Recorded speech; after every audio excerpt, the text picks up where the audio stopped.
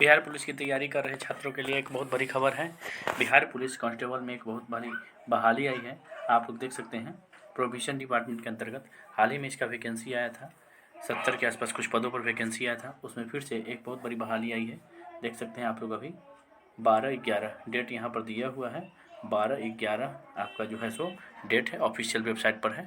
आकर के यहाँ से आप क्या कर सकते हैं कि नोटिफिकेशन डाउनलोड कर सकते हैं और देख सकते हैं कि यहाँ पर कितनी पदों पर वैकेंसी है। देखते हैं क्या है।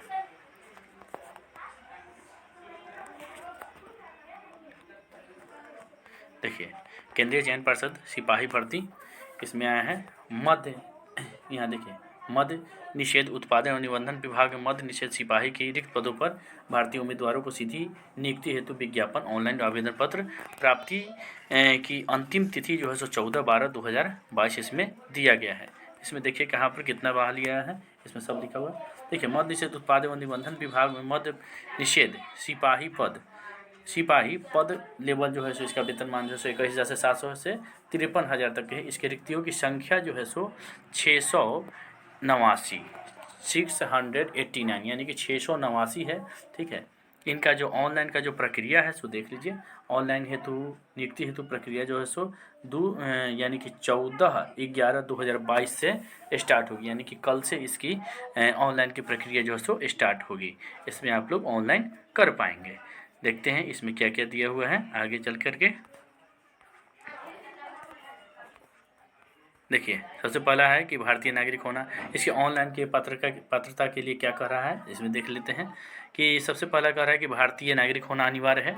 उसके बाद से पुरुष, महिला एवं थर्ड जेंडर के आवेदन भी कर सकते हैं, वे लोग भी कर सकते हैं। उसके बाद से अभ्यर्थियों की शैक्षणिक जो योग्यता है 10+2 और उत्तीर्ण होना जो है सो अनिवार्य है। 10+2 पास के लिए ही ये भर्ती है। इसमें देखिए, इसका जो कह रहा है कि किसी भी तरह से जिसके समकक्ष जो बोर्ड होंगे, उनके संस्कृत बोर्ड हो, हिंदी बोर्ड हो या अंग्रेजी बोर्ड हो, सभी इसके लिए मान्य हैं।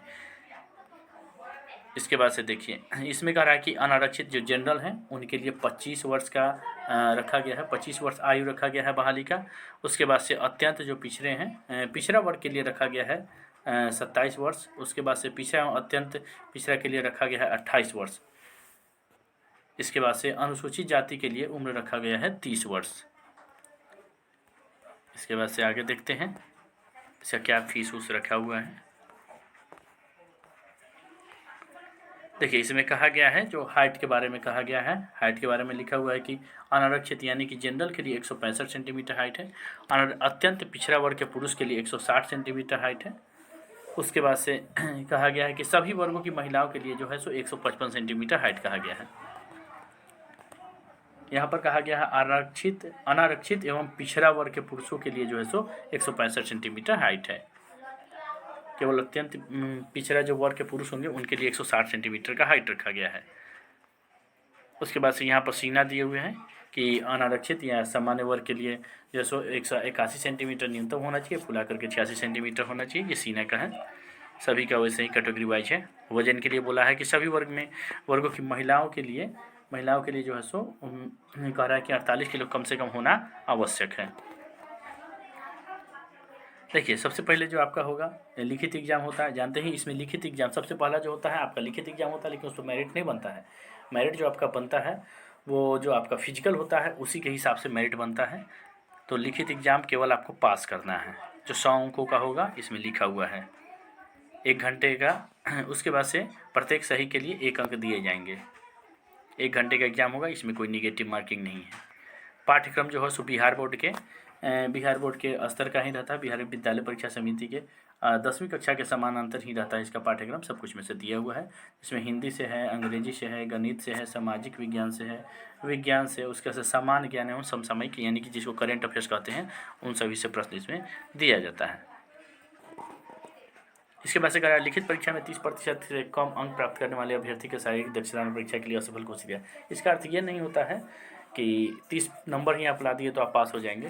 ज़्यादा से ज़्यादा नंबर लाना है, मतलब 30 नंबर कम से कम लाना ही है, तभी आपकी कॉपी की जांच होगी। लिखित परीक्षा अंतिम मेधा सूची का आधार नहीं होगा, लिखित परीक्षा केवल शारीरिक योग्यता के लिए होता है। उसके बाद से देखिए, यहाँ पर दौड़ पर दिया गया है कि दौड़ पर अधिकतम 50 अंक मिलेंगे और जितना कम समय में आप दौड़ेंगे उतना ज़्यादा अंक आपको मिलते जाएंगे। पुरुष के लिए, महिलाओं के लिए उसी प्रकार से गोला फेंक के लिए अधिकतम 25 अंक है, और जितना ज़्यादा आप फेंकेंगे उतना ज़्यादा गोला के अंक मिलेंगे। ऊंची कूद है, ये कम से कम ऊंची कूद के लिए 25 अंक रखा गया है, जिसमें न्यूनतम ऊंचाई 4 फीट आपको पास करना ही होगा। उससे जितना ज़्यादा आप पास करेंगे उतना ज़्यादा आपको अंक मिलेगा। उसी प्रकार से महिलाओं के लिए भी है। उसके बाद से आगे बढ़ते हैं, देखते हैं इसमें क्या दिया हुआ है। देखिए इसमें दिया हुआ है, इसमें बताया हुआ है सीटों की संख्या, किसके लिए कितनी सीटें हैं, ये सब इसमें बताई गई है।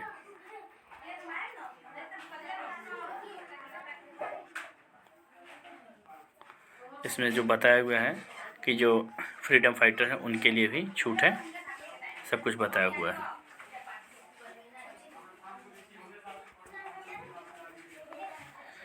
ऑनलाइन की प्रक्रिया 14/11/2022 से शुरू हो रही है, आप लोग कर सकते हैं। देखिए हाँ, यहाँ पर बताया गया है 675 रुपये।